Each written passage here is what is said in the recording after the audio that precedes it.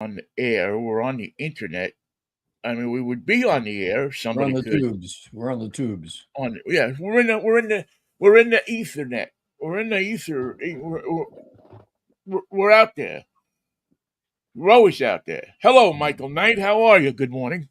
It's a wicked Wednesday, a wacky Wednesday. I'm in Pasadena, California. Vinnie's in Seattle. Mikey and Vinnie take on the world, and the world comes out for the worst of it. Hard to believe that the world could be worse than a day like this. I checked the news this morning, and it's all bad. Yeah, From Mike Johnson to Hamas. I'm so sick of this war. I don't even want to know the details anymore. there's nothing when you turn on it. And I get up at 5:30 in the morning usually. I turn on the TV. I usually fall asleep. I used to use the like the wave sounds and all that other stuff. Oh But yeah. lately, I've been falling asleep to history stuff. I like before I go to bed. I like to learn something, and I do. Last night, I was learning about the Continental Congress and Benjamin Franklin's secret trip to France to get money and arms so that the people here in the United States, which wasn't even the United States yet, could fight the British. No, if And we were the of course, United States, then the French would have come here for money and arms. yeah. I mean, that's if you look back, and that's why we've had a long tradition of helping France, because France, when nobody else wanted to help us with anything, France and Lafayette were kicking in money over here, not because they loved us so dearly, They but hated they the hated British. the Britons so much. Of course. Yeah. Their king hated their king. Right. So I learned about that. And what else did I learn about before that? I watched a great little documentary on the Queen Mary and how I it know where was. she is. I know where she is right now. Yeah, she's just a few blocks from you. Um, and how they converted it to a troop ship during World War II. And the Queen Mary still holds the record for the most people ever carried on a ship. Over Really? 16,000 troops. I bet she was riding kind of low in the water. Well, it's interesting. They addressed that because the Queen Mary had a problem in that it rolled because, and this is the kind of geeky stuff that you learn when you watch this kind of stuff. They were going to put one kind of diesel engine in the bottom to run it, and by the time they had configured the hull and everything, this new type of lighter diesel engine came along, and they decided the Cunard lines decided to put those engines in, and there was a problem. The engines weighed a ton less. And the ballast was wrong. So yeah, so the whole thing was screwed up, and they had to and so it would tend to roll back and forth. Just what you need if you want to be seasick. And when you're with 16,000 troops on a ship, All on the port side hurling over the rail. yes, they said that the lines were so long for the bathrooms that the troops would go up to the top deck of the ship and just hurl and piss right off of it, which It's probably wartime. didn't help the plight of the people below them. They were enlisted men, so what did they expect?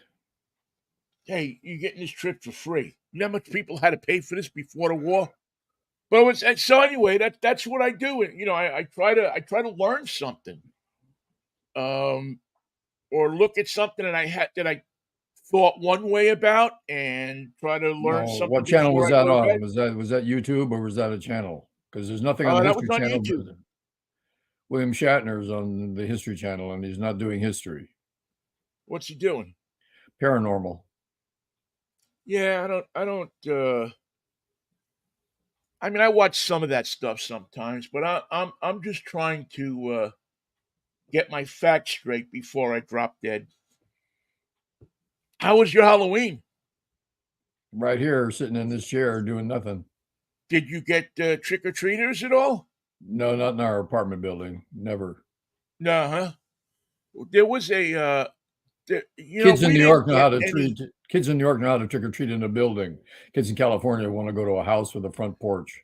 Yeah, see, yeah, exactly. Same thing. And although here we had some trick or treaters, we had a few, but I went out and I went downtown, and they blocked off the main street downtown. But the street where I go and watch the sunsets, which is oddly enough named Sunset Avenue. No, Um, can you believe that? Um, there was tons of kids out on Sunset. As a matter of fact, I couldn't believe that the police didn't block that street off because there were so many kids that people were actually, going out into the street, walking out into the street because it's only a thin sidewalk. So my suggestion to the Edmonds Police Department would be next year, do yourself a favor and just block that street off. But anyway, also so open the Rafa Gate if you can. If the Edmonds Police Department has any influence internationally, open the Rafa Gate. well, they got some people through this morning, didn't they? Didn't they get like Couple 10, hundred.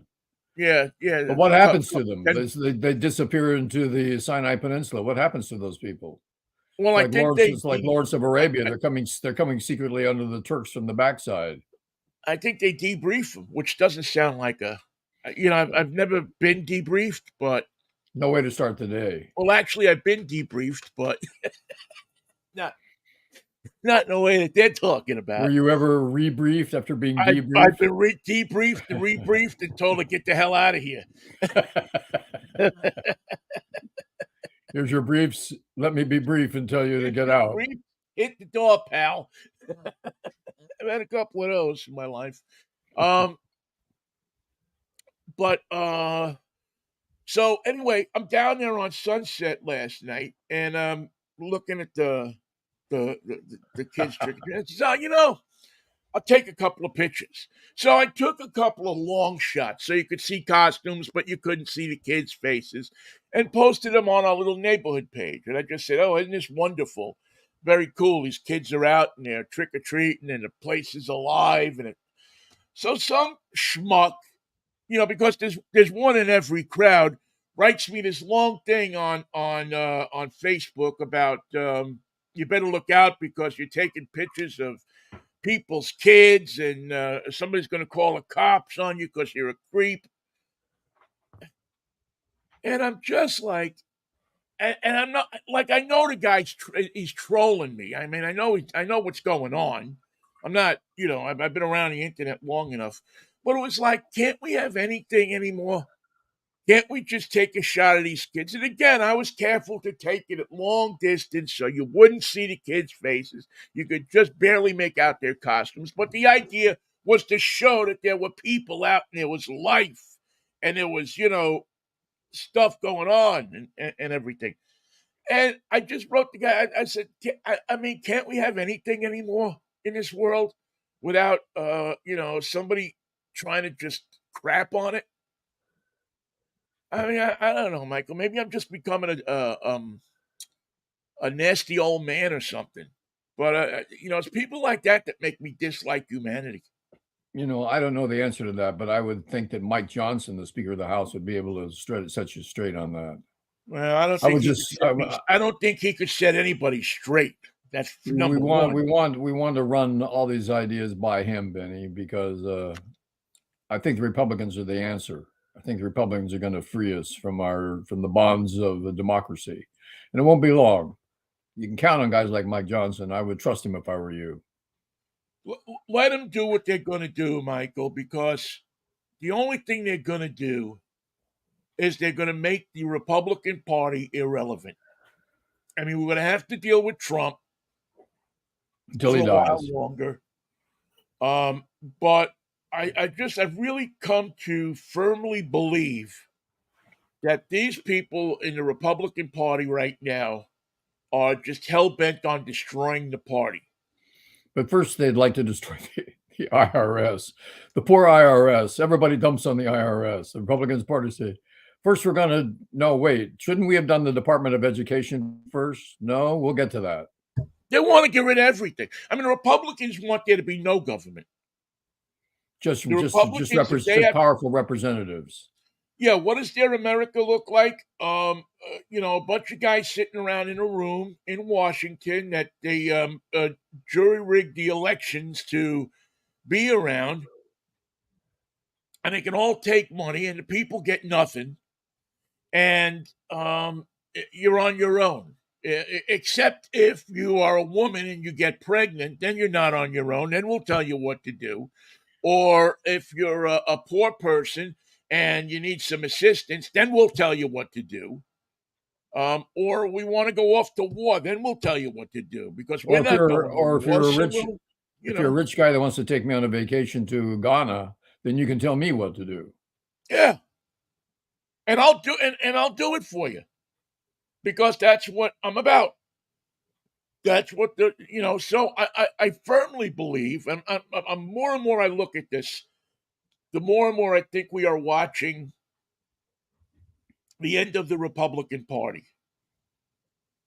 Because they have no see. Normally, when parties would get like this, somebody that's somewhat of a moderate would step in And run for office. and say, "Hang on a second, we're killing ourselves here." But that's not going to happen because the people that are destroying the Republican Party aren't doing it and listening to their constituents. or They're looking at or what they operating say and within, how many hits it gets and they have on no social logic, media. to their ideas, and no ownership of the damage that it does once they finally get their way. Well, it's not about legislating. It's not about governing. It's about I found a way to become a celebrity. Jim Jordan's been in this representative from Ohio for years and years, and he has never introduced one piece of legislation. He doesn't have to. He doesn't know any. He doesn't know how to He write doesn't any. have to. He can become popular by just being an asshole. And peeing on your legislation. Yeah, I mean, really, if you think about it, he really doesn't have to introduce. If you don't introduce any legislation, you can't be wrong in anybody's eyes, can you? You don't get And if you invited to go as to many picnics. Ohio, Yeah, look at you Ohio. What a great example, huh? you find a lot of people like him. Um, I don't know. Ask somebody else. I mean, it's just how you could vote for that guy. How anybody could vote for that guy, whether he is a liberal or a conservative or whatever he is. I mean, I wouldn't vote for him if he were a stark raving liberal. What if you were on fire? Would you watch, or No, would I you? wouldn't even. No, I No, wouldn't I wouldn't even. waste my piss. I'd hang on. I'd hang on to the next rest stop. You can hold it. I don't know these days, but I'd try. Me too. That holding it becomes Becomes a problem. not so much of a fact anymore as it is a question. It's a concept, only a concept. What do I got to do to hold it? What do you hold? Used to be automatic. I could hold it for blocks, and then I could piss so high I could put out a fire. But no more. No more. It's like me and the Lincoln Highway. It's a drip. It's you're praying that you go in there and something happens. God, there's some mornings I give $1,000 to take a strong piss. But Hey, anyway, you just sounded like a scene from The Godfather on the couch eating potato chips and tuna fish sandwiches. yeah, I never yeah. liked baseball until Delano Rothstein fixed the World Series. 1919 World Series. There you go. Well, Michael, you'll find that most of my finer English comes from The Godfather. I've studied the movie so many times that, but yeah. So you got Mike Johnson there, and he's now steering our legislature to epic proportions of doing nothing. They'll get. I mean, if you think that Kevin McCarthy accomplished nothing, where do you see this guy? Old Wally Cox there is not gonna is not gonna get much done because he doesn't have. You can drop him as easy as you drop Kevin McCarthy. So he's got to dance to those masters that don't like anybody. And his masters are Donald Trump on one side, Vladimir Putin on the other, and an unnamed third messenger from the Republican Congress. Well, It's a pretty it's ugly pretty crowd. easy. It's Matt Gaetz. I mean, it's not hard to see whose third master is. I mean, Matt Gaetz seems to be running a show over there with an assist from Marjorie Taylor Greene. Now, the Gotti brain trust would have figured out how to deal with this already. Matt Gaetz would have woke up dead somewhere. I'm not encouraging anyone to assassinate Matt Gaetz. It might have occurred to someone. I think that that's a wrong thing to do. It's a terrible idea. And why hasn't somebody come up with it before I mentioned it? Well, they tried to hit him. Oh, with the dating sex thing? scandal thing. Yeah. But it didn't stick. You see, the problem that you have with the MAGA people seems to be that they don't care about sex scandals. They don't care about criminal. They don't care about felonies at all. Yeah. I mean, Trump nailed it when he said he could shoot people on Fifth Avenue and nobody would care. He's right.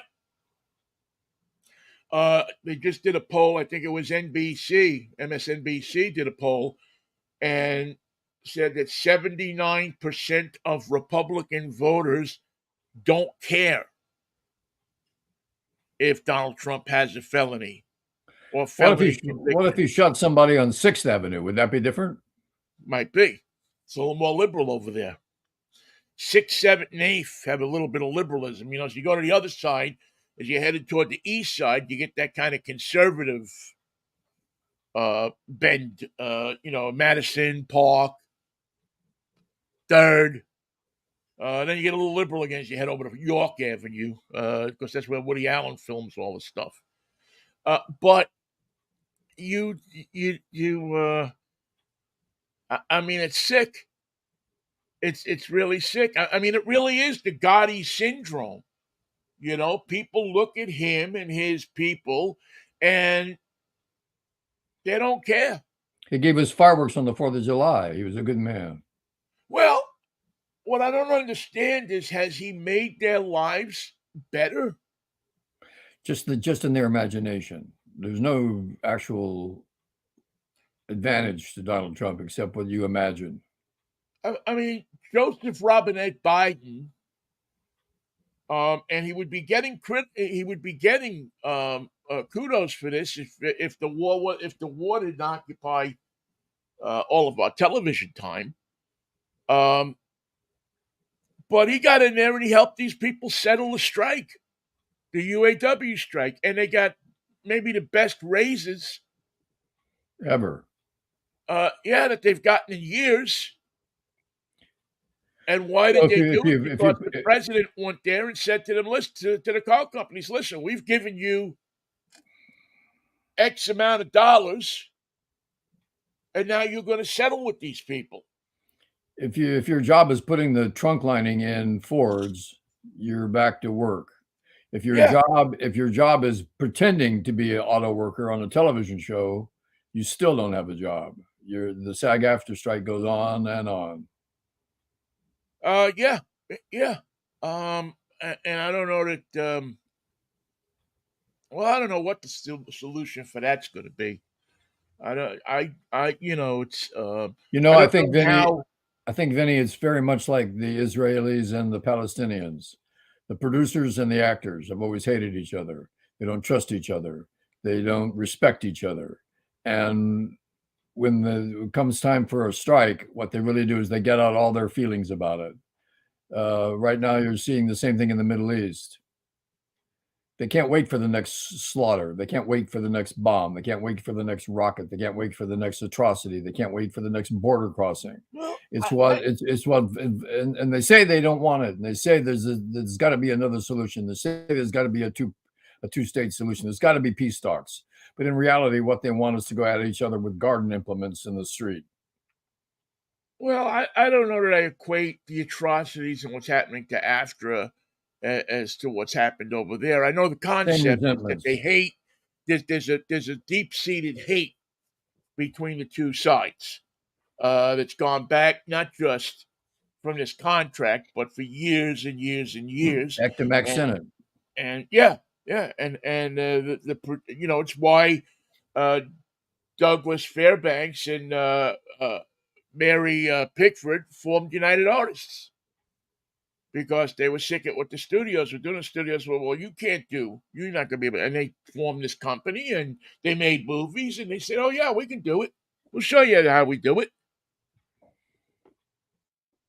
And no, it was up to the producers and the management. There'd be no union. They salivated the thought of breaking AFTRA, but they haven't. Although they've certainly reduced the power of the union, they haven't been able to eradicate it, which is their dream. Like eradicating Hamas. Yeah, but the union has dug itself some tunnels, and so and listen, I listen. AFTRA by no means is a perfect union. I mean, they got their problems as well. Who do you think the Israelis will fight when Hamas is gone?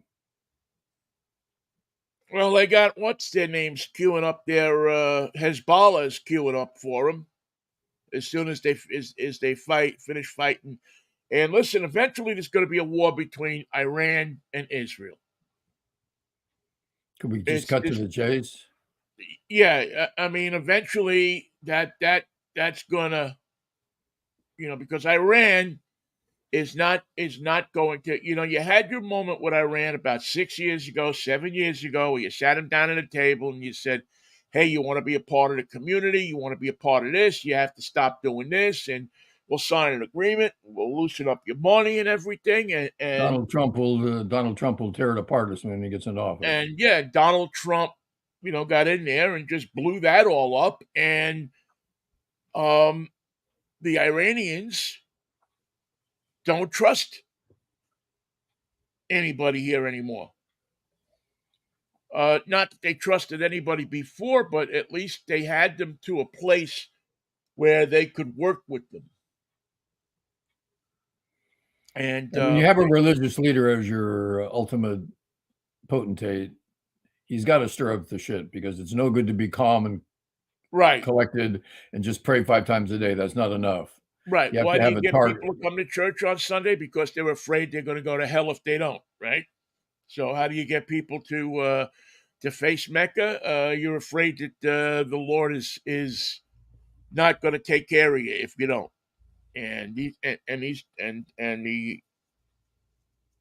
Iranians seem to believe that everything that happens in life is attributable to God. The God sits up there, he's got nothing to do all day, so he says, okay, you go do this, and you go do that, and you go do this. But he never talks to the people. He only talks to the Ayatollah. Have you noticed? Yeah, which I've never bought, whether it's an Ayatollah or a priest or a pope or anybody that says to me that there's somebody sitting there pulling strings like that.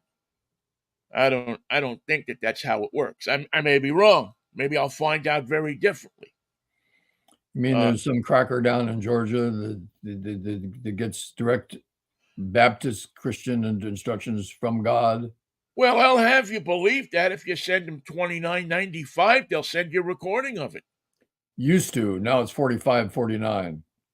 Yeah, I mean, K-Tel and Jimmy Baker's greatest hits. I still have my PTL Christmas album with Jim and Tammy Faye on it. Oh, no. Oh, yeah, I wouldn't get rid of that. Well, I might now, but that's a collector's item, Pally. In heaven only. On earth, it's an abomination. Now, I'll tell you that there's people on earth that'll buy that thing. I've seen it for $45 on eBay. What songs do they sing? I dare not ask. God fornicate ye merry gentlemen. Do they do Pushing Too Hard, that Seed song? Yeah. What was the one that the woman sang about Jim Baker? Oh, Jingle Balls. Now, that was a hit. But yeah, so when you have again, Michael, when you have people that will walk down the street hitting themselves with chains with spikes on them, those things you see in the 14th century. That makes sense to me. That makes because who's going to hit you if you don't hit yourself? You're it's hard to reason with those people. It's hard to come up with a thing that says, yeah, well, but Obama figured out a way to do it. And then, Trump came in and 10 seconds after he took office, cut that deal. And, you can't build a wall to keep out the rest of the world. You can't, you have to get along with people. It's not high on anybody's list right now. Yeah, I don't know that I don't know that I mean, by numbers, we still may militarily have the strongest nation in the world, but I'm going to tell you something, man. The Chinese don't look like they're doing too bad, and they have way more people than we do. They can put them into a meat. They can put 300 million people into a meat grinder, and nobody and would be miss happy them. about it at the other end, because that's 300 million less they got to find jobs for. And there's a lot more sausage on the market. Yeah, and you think the wet market with the bats is a little strange. But I mean that's so they don't. So you have to learn how to get along. But yet, I think we talked about this a little on Monday. Is that there's a lot of people who are saying, "Well, I'm not going to vote for Biden. He's a warmonger. He's this. He's that." I don't quite get it. I think the guy is doing as if it were our war. Right. Well, but you see, that's the thing. It's not our war, but we have inserted ourselves into that war. By standing up and saying that, listen, we got Israel's back no matter what. And now Well, see, I think they're testing it. I think they are too. I think they're going to see how much back they, But we are going to back them up. I mean, that's what we said we do. Now, again, you could go with the Iranians and say, well, we got to watch those guys because they don't always do what they say they're going to do. I think we're going to have a ceasefire. I think there's no other solution for it. And the Israelis are not warming to that idea.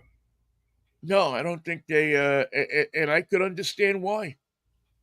I mean, if you if you attack them like the Hamas attacked their country, or like Israel has attacked the Gaza Strip before, if you have two sides here that don't have a problem with bloodlust. It renews their action. The Palestinians stand up and say, well, look at what Israel is doing to us. They're killing babies. They're killing this. They're killing that. Conveniently forgetting to mention that the Hamas came over the border 4 weeks ago or 3.5 weeks ago and slaughtered people, or that Israel came over 6 months ago and slaughtered people, or that the Palestinians came up. I mean, it's, again, 5,000 years they've been doing this. Remember Martin Fletcher? He was the NBC bureau chief in Tel Aviv for years and years and years. He's partially retired now. He had relatives that were kidnapped. He has relatives that live in Israel. He and his wife have people that are involved in this mess. And his explanation of what's going on is, I don't get it. After all these years, after all these wars, after all this death, after all these incursions, after all these border strikes, after all these statements and all these threats and all this armament, they just can't wait to get at each other. And he says, quite frankly, the solution here is something that escapes him, but the problem is something that he just does not get. So it's primal. They just want to kill each other, and they won't be happy. Well, they won't be happy, even if they kill them all. That will not do. Yeah, I agree. I firmly believe that if you blew the whole place up and there was two people left, They'd go at each other with garden rakes. yeah, one on each side of the fence, they'd be climbing the fence to get at each other. They would never look around and say, "Look what we did. We've destroyed the cradle of humanity. We finally got it right. There's nobody here. It's nobody here. It's just you and me, and it ain't going to be complete until it's just you or me." Sad. It's really sad, and I think it's starting to wear on people. I mean, I can't watch it. I can't watch. You can't watch CNN. You can't watch MSNBC. What's Fox doing? Is Fox remembering I, there's a I I war? wouldn't know what Fox was. I got no. I can't. I mean, I know I can't watch them already. I mean, oddly enough, that's maybe where you have to go because they're probably not talking about it at all. So they're exalting Mike Johnson. They're turning him to they're going to make him a Cardinal. Yep. A St. Louis Cardinal. Yeah, he's wow, that's a hurt piece of work, yeah, man. That's Funny thing about baseball, I was watching something else last night, missed the start of the game. So when I get there, it's 5-0. I'm watching. Nobody gets a hit. Nobody on base. Everything's fine. I tune away. I come back in 5 minutes. It's 10-0. Yeah. I haven't seen a hit, and it's 10-0. It appears that the Texas Rangers don't need a pitching staff. They do it without pitching. Yeah. I mean, everybody was saying, well, the Rangers aren't going to be able to win because they don't have pitching. They don't have a good bullpen. Well, if you're 10 runs ahead.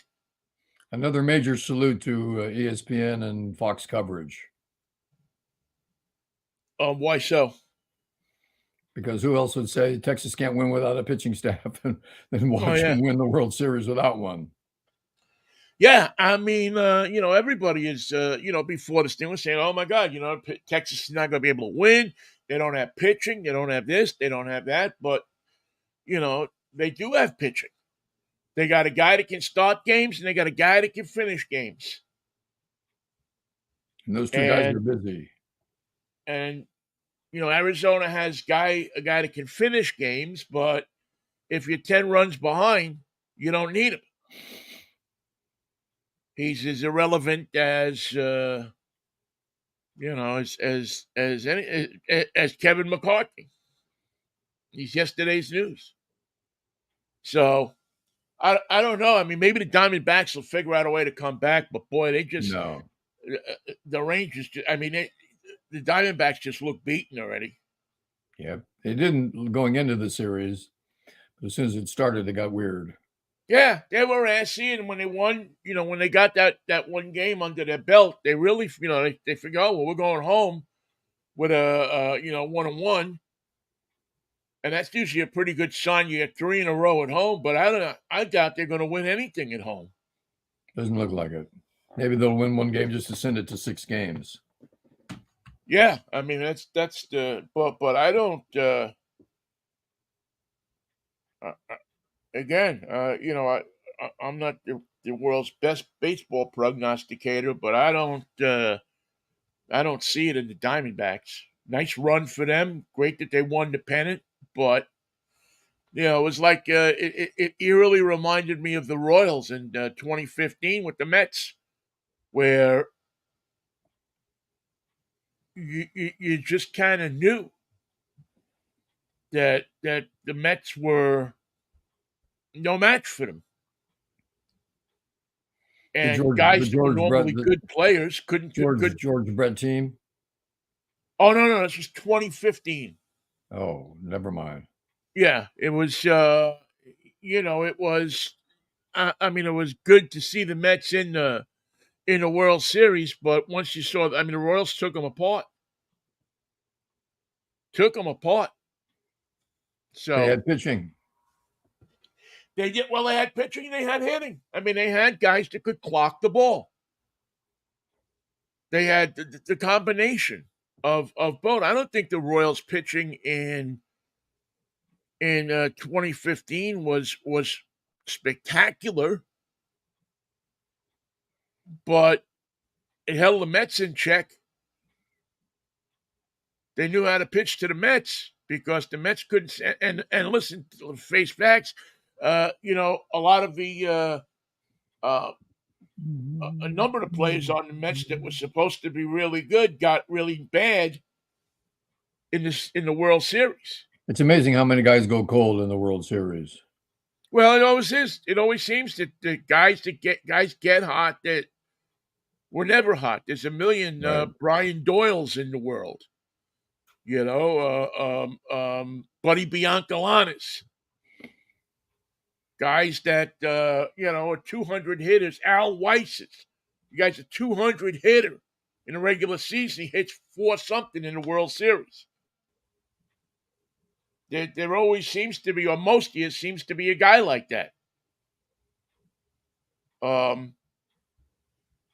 Texas this year has just got a couple of guys like that. Well, they got some bats, that's for sure. Yeah, they hit the ball, man. I mean, they don't sit around and wait for it, man. Bosch has them jumping out early in the count and often. I mean, they're not sitting back waiting for anything. I didn't realize this until last night. I saw that Bochy's the first manager, or among the very first managers to go to the World Series with 3 different teams. I think he's the first, isn't he? San Diego, San Francisco, and Texas. Yeah. I think he's the first to go with 3. Now I want to know the truth about why he's not a Giant. Yes, why did he leave? Why did they decide at some point? I mean, there's a guy that should have been managing one club, right, the whole time. I mean, I can't imagine why, unless he wanted to leave and I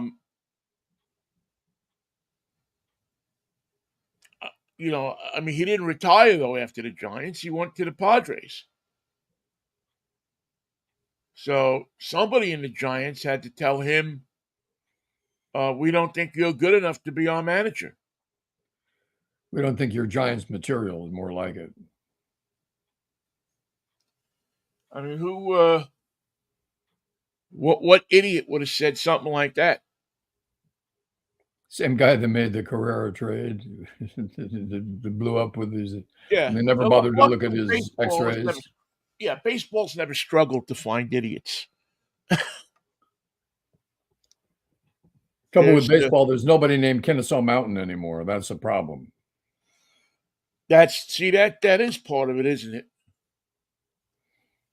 There's you got guys from Harvard running teams. There's no Kennesaw Mountain. There's no Vinegar Bend. Yes, we need a Vinegar Bend Mizell who can play baseball, leave baseball, and then become what did he become? A state senator? I think he was a state senator for a long number of years. Or went into politics. Jim Bunning. Didn't agree with his political philosophy. He was a bullet. He was a bullet head the whole time he played baseball, and nobody knew it. Yeah.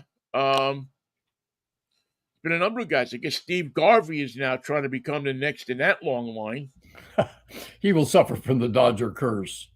It's going to be ugly, and it's going to be over, and one to the back of the head is about all you can hope for.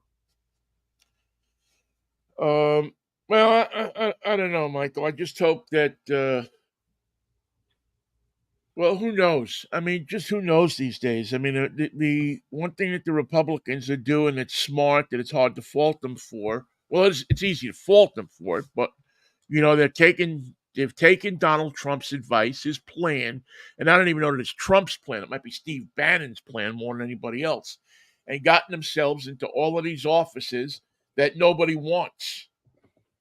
The inspector of elections and all of these different Secretary of State and all these things that people don't really run for that much or run unopposed, or they've been the guy who's been there for a million years and you just automatically go in and pull the switch down for him. Well, over the past 6 or 7 years, what's happened is the MAGA people have gone in and they said, "Oh, we'll take that. We'll run for that. It's not a small office. It's not an inconsequential office. Head of the school board, county register, county voting, whatever these little jobs are that everybody thinks are beneath anybody, we'll take them because there's influence in those jobs." We'll stop the education, we'll stop the elections, and we'll stop the purchase of textbooks. Right. We can be in a position to make a difference there. That's how you make a difference. And I can tell you, as somebody who's won an election by writing in his own name, that people go to the polling place and they look at those uh, you know nobody's running for it, and they laugh. Who'd want this job? It pays $500 a year. Yeah, but you know what? It gives you the power to throw ballots out. It gives you the power to decide where a polling place is going to go. It gives you the power to decide on election day who you can disqualify as a voter. And you can just change stuff around instead of counting the votes to find out who won. Just tell me who you think you would rather have in the office, and that's what I'll do. Exactly. It says it tells you that you can decide that the poll watchers from the Republican Party stand next to the voting machines, away from the voting machines, down the hall, down the block, down the street. You're the person that's in charge of calling the constable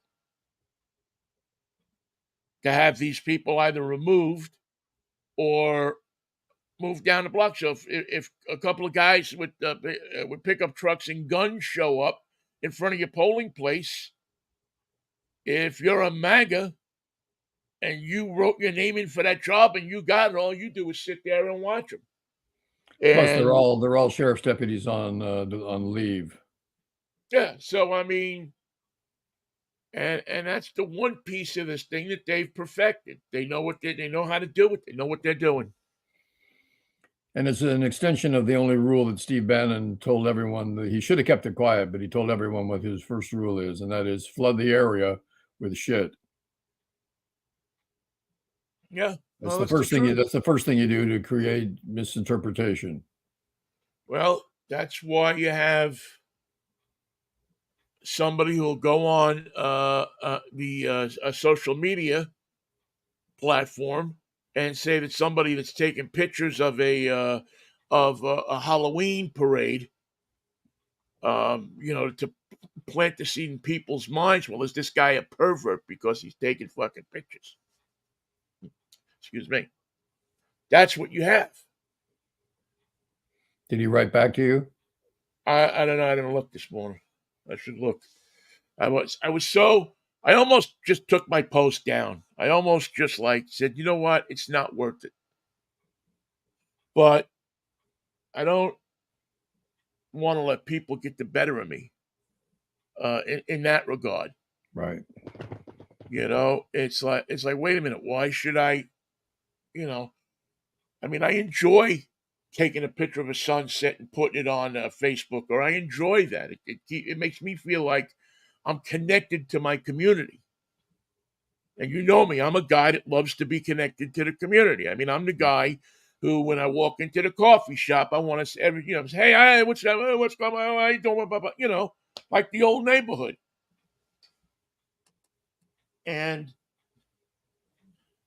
there are people out there now who don't want to see that kind of thing anymore. They think that if you're not, that you have to troll people. If you're white, you should be angry. How come you're not angry? Be with me. I'm not angry anymore, Michael. I just get frustrated. There's very little I get angry at anymore. I get frustrated. I get bothered by the fact that people don't treat each other kindly.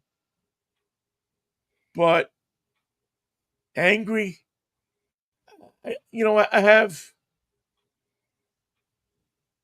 I don't know, I have 25,000 minutes left to live. Do I want to spend 60 of those being pissed off? Nah. Yeah. I mean, I write my little thing on, and then I let it, and then go ahead, get out of here. Keep moving. Out of curiosity, what is that scene behind you? I can't quite make out the village. That is the Lincoln Highway in Bedford, Pennsylvania. Whoa. Today is the 110th birthday. Well, actually, it's kind of interesting because I saw that it was the 110th birthday today on November 1st, but I've also seen a number of things that saying it was October 31st. So I've been looking around and trying to figure out, but since we weren't here yesterday, I'm just saying that today is the 110th birthday of the Lincoln Highway, which um, was the first paved coast to coast road. What Way year? before Oh, there was an yeah. internet 110 system, way years ago. before an interstate system, way before this was the highway, the only way to get from Times Square in New York to downtown San Francisco. And You think it was well marked? I bet back 110 years ago it was a little hard to follow. well, Mikey, It's you like a had a scene from number Forrest Gump. of. I mean, this is where it ran. I don't know if you can see that on the screen. I can.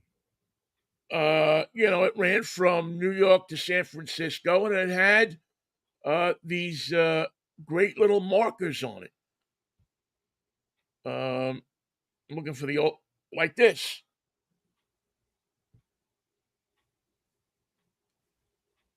So you could,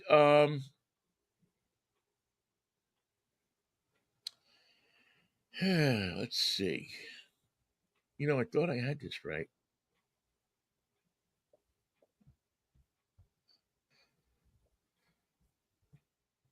Anyway, so it had markers on it, and it was just really a masterpiece of what you could accomplish. I mean, we wouldn't have an interstate system today if it wasn't for the Lincoln Highway.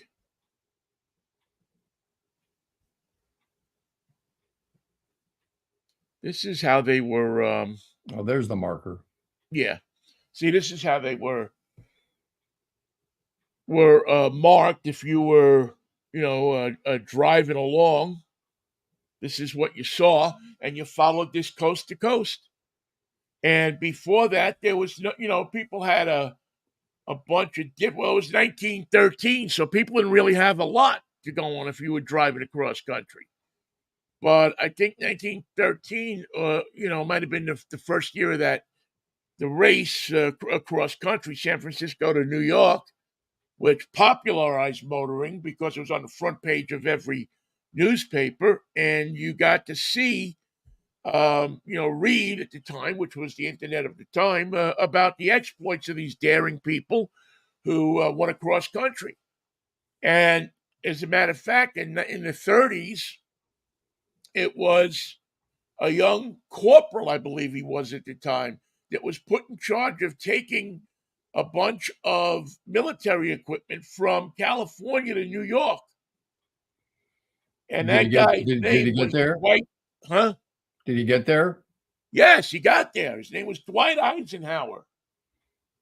And he said to himself as he was taking this trip, which took about 30 days, there's got to be something better than this. And so he devised a plan for the interstate federal defense highway system. Because he said we need to have a system of highways that we can move equipment and personnel from one side of the country to the other if we're attacked. And 30 days is too long. At 30 days, we're going to be speaking another language in 30 days. The Lincoln Highway, while a nice highway, is not going to cut it. It's a road more than a highway, I take it. Right. And so in 1955, when Ike was president, he got Congress to approve funds to help states build the federal interstate system. Was Mike Johnson part of that? Did he help? I don't think Mike Johnson was I don't even think he was a sperm in his grandfather's sperm bank. So it's one of the great roads of America. It's there's three roads that you should drive sometime in your life if you can, if you want to learn about America. One is what's left of Route 66. The other one is the Blue Ridge Parkway, and this one here, which is the Lincoln Highway that goes clear across the country from Lincoln Park, the golf course in San Francisco, the Palace of the Legion of Honor, all the way across to 42nd Street and 10th Avenue in Times Square, New York City. 10th Avenue. I think it's 10th, yeah. Yeah, I think it stops a block short of the actual Times Square, although it's like Route 66, where it actually was and where they say it ends now is a little bit different. You would But I think think the original was like 42nd and 10th. I would think Broadway, but that's just me. Yeah, I got enough going on Broadway. 10th Avenue, the 10th Avenue Merchants Association says, hey, give us a break here. Give us a Springsteen song. How about the 10th Avenue Freeze Out? Yeah, give us something. Well, oddly enough, there's been a number of songs written about the Lincoln Highway. There have been. I was actually researching this. I started researching this the other night, but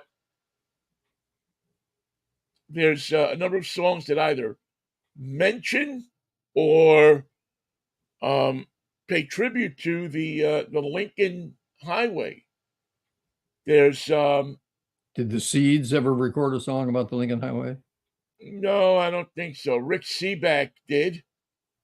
Guy named Chris Kennedy.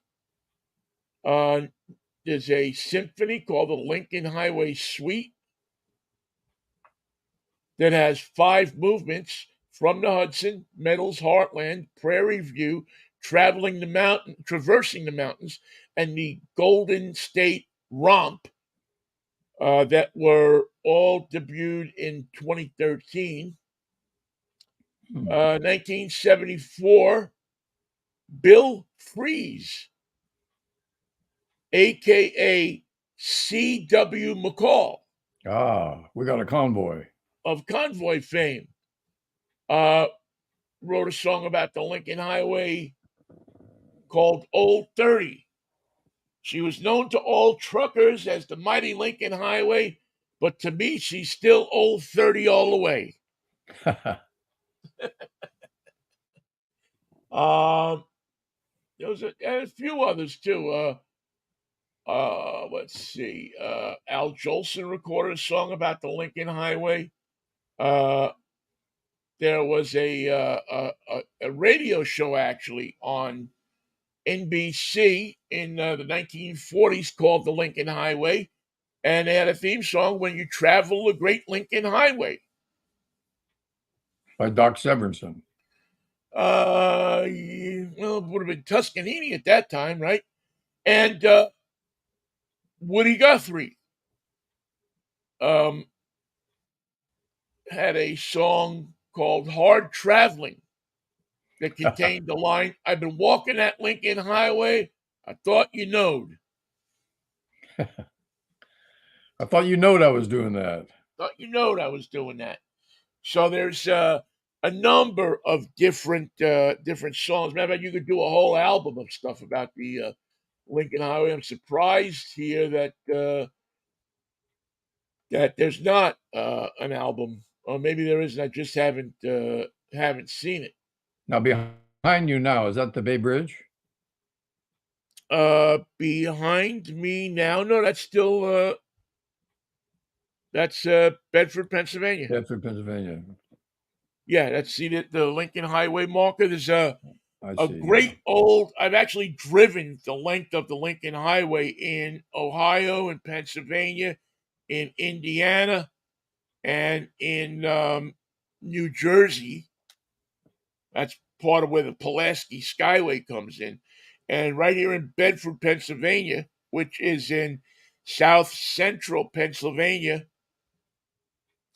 there is a a restored Gulf gas station that I've taken pictures of many cars at. When I passed there, I would always stop and snap a picture of the car because they've restored this thing to a perfect. There's a number of restored gas stations on the Lincoln Highway. I mean, next to Route 66. As a matter of fact, there is a Lincoln Highway Association, and every year they do a drive. Does the Lincoln On the Highway ever Lincoln cross Highway. Route 66? Must. Yeah, by Chicago, I think it does. See, 66 drops down from Chicago to St. Louis, and then goes out that way. The Lincoln Highway stays north, so it goes through Pittsburgh, Chicago, central Iowa, Omaha, Cheyenne, Wyoming, Salt Lake City, across Nevada, and then into San Francisco. And when it crosses Nevada, does it go to Elko? I think it does go to Elko. Yes, I think it does travel through Elko. If I'm not mistaken, maybe I can find really quickly look here and see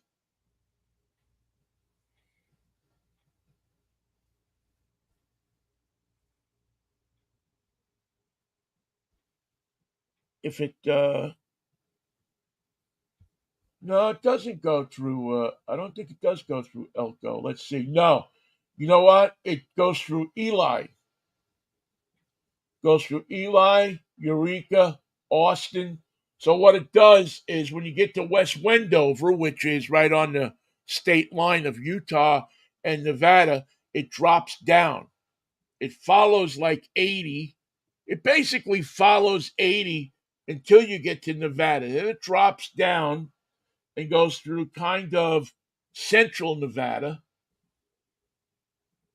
And so, and then it turns into 50 in California. Goes over the mountains. So, yeah, so that's how it gets over the mountains, taking the route of 50 instead of 80, which goes much north, and 80 goes through Elko, Carlin, Battle Mountain, Winnemucca, Lovelock, all of those towns. But it is the freeway that Springsteen talks about in the Rattlesnake Speedway in the Utah desert. In Prove It All Night. So it's a much sung about, much traveled highway. I took it part of the way out when I drove out here the last time. And then I took it back when I took my friend JD, when I picked him up in Salt Lake City and drove him back to San Francisco. We took it across Utah and then stayed on 80 to go down into San Francisco. But it's, I think it's, like I said, I think besides 66, before the, before 70 came along, no, 40 came along, Interstate 40. 40 beat 50, right? Right. This was your major east-west route. So 110 years old, and it's still, you can still ride on pieces of it. Although, as I said, 80 is now the predominant. It's amazing when there's a documentary that you can find on YouTube, 100 Years of the Lincoln Highway, that was done, oddly enough, 10 years ago. you can see some of the towns that were decimated became ghost towns And the highway went around them. when Route 80 went around them. Yeah, really kind of crazy. And also some of the fights that they had because they did not make the Lincoln Highway go through Denver. They routed it through Cheyenne and around Colorado. That And the was an people in error. Colorado were not happy about that, as people tend to get a little unhappy about. And you have to argue that it didn't help Wyoming much. Well, it helps Cheyenne, I guess, or Rawlins, or Rock Springs. Yeah, no, it didn't. I'm trying to think if there's a city here. I'm looking around to see if there's. I mean, it went through Omaha, Columbus, Nebraska, Grand Island, Hastings, What? Kearney, Oh, Kearney. and in Iowa, Cedar Rapids, Marshalltown. But it kind of, dropped down. It went through Cedar Rapids, but didn't hit Des Moines. It did go through Omaha. You know what Des Moines means? Wet spot. The monks. Oh, who knew? I thought it had something to do with moisture. Same thing. Same thing. Oh, Michael, I don't know. That's so anyway, yes, the 110th anniversary of the Lincoln Highway. And I thank our good friend on this day, which is done by this guy Briggs, who's on YouTube. He's in Portland, and he does a great job of just doing this on this day. It's an entertaining look at what happened on this particular day, and I enjoy that he puts a lot of work into it, and I really enjoy watching it. As I said, you always find it on. Uh, just look for the world according to Briggs, or on this day on YouTube, and you'll find him. And he's worth searching out. He does a lot of these great top 10 lists of different aspects of life.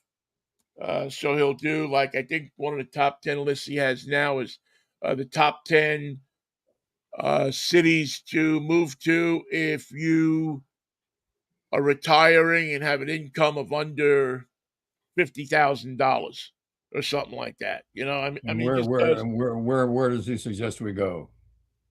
Um, I forget. I mean, I'd have to go back and look. I don't remember where he suggested you go, but it certainly wasn't.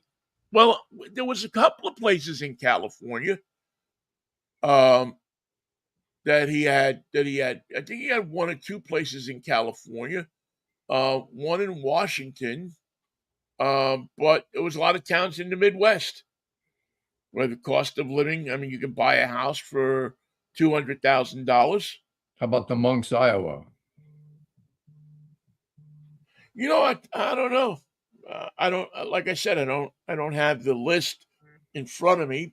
But he statistically looks at these places, and he's got the top 10 towns it's great to raise a baby in, raise a kid in. Top 10 towns to go if you're very rich.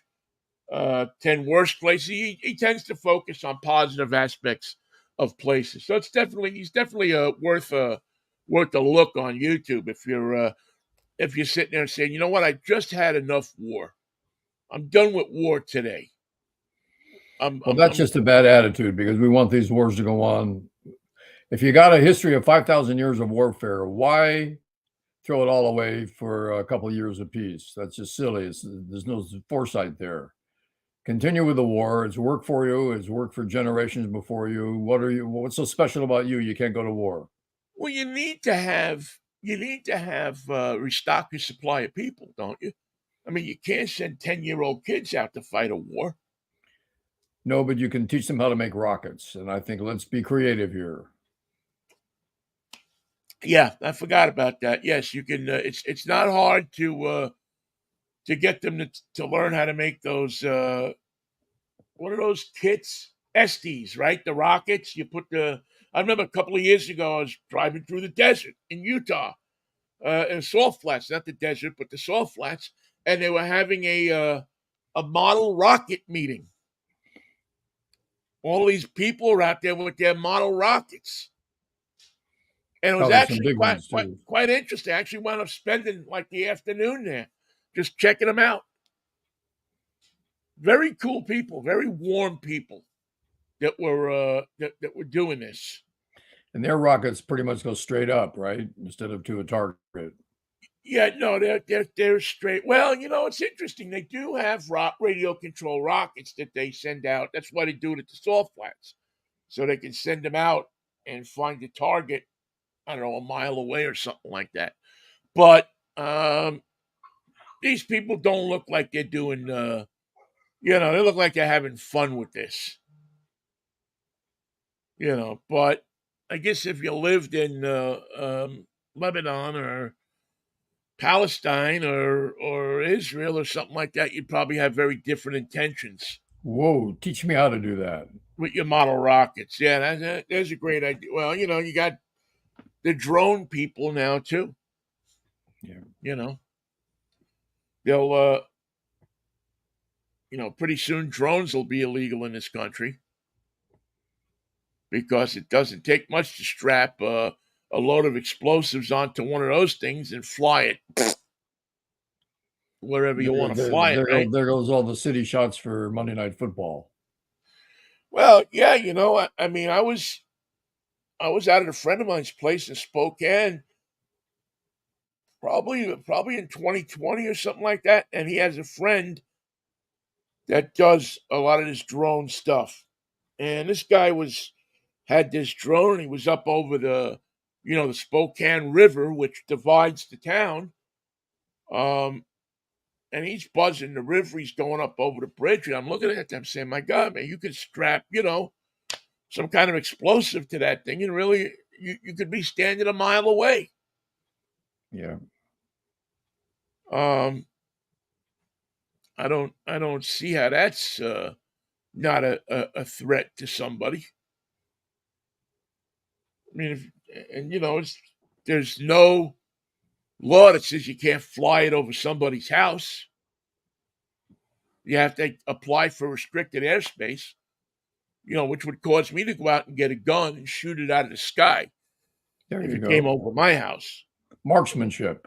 But then you'd get in trouble for shooting a gun off in city limits. Welcome to the world. Yeah, it is as John Hyatt once sang so eloquently. It's a crazy, mixed up world. Well, I've had about enough of it. So, shall I see you on Friday?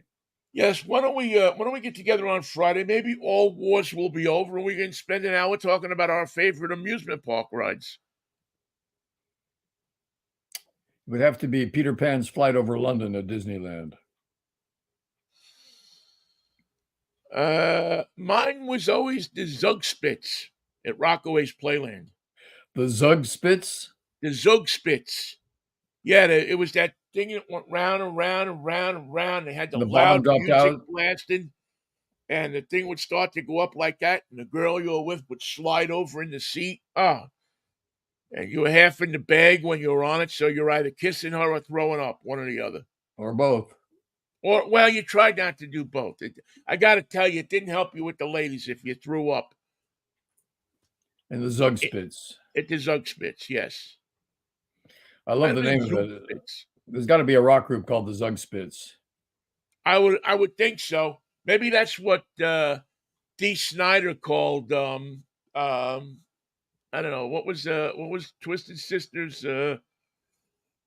Whatever that big song was. Maybe that's what their band was named before it was Twisted Sister. And I never understood that band. I never did either, but I know that they used to draw. They used to play in a club in New York called Coventry, which was a converted Rambler dealer on 48th Street and Queens Boulevard. And the three bands that played the most at the Coventry was Twisted Sister, the New York Dolls, and the Ramones. Like any given week on a weekend, you would find one of those bands there. And remember, Vinnie, she's a punk rocker. Sheena is a punk rocker, yes. She is. She is. All right, Mikey, what do you say we hook up on Friday if the Lord's willing, the creek don't rise? 10-10 on a Freaky Friday. I'll be here. I will be here too. Let's hope the rest of us are all here and nobody does anything stupid until we meet again on Friday. That's up to Mike Johnson. You're getting obsessed with Mike Johnson. I'm getting worried about you. I'm having a problem. Yeah, you're right.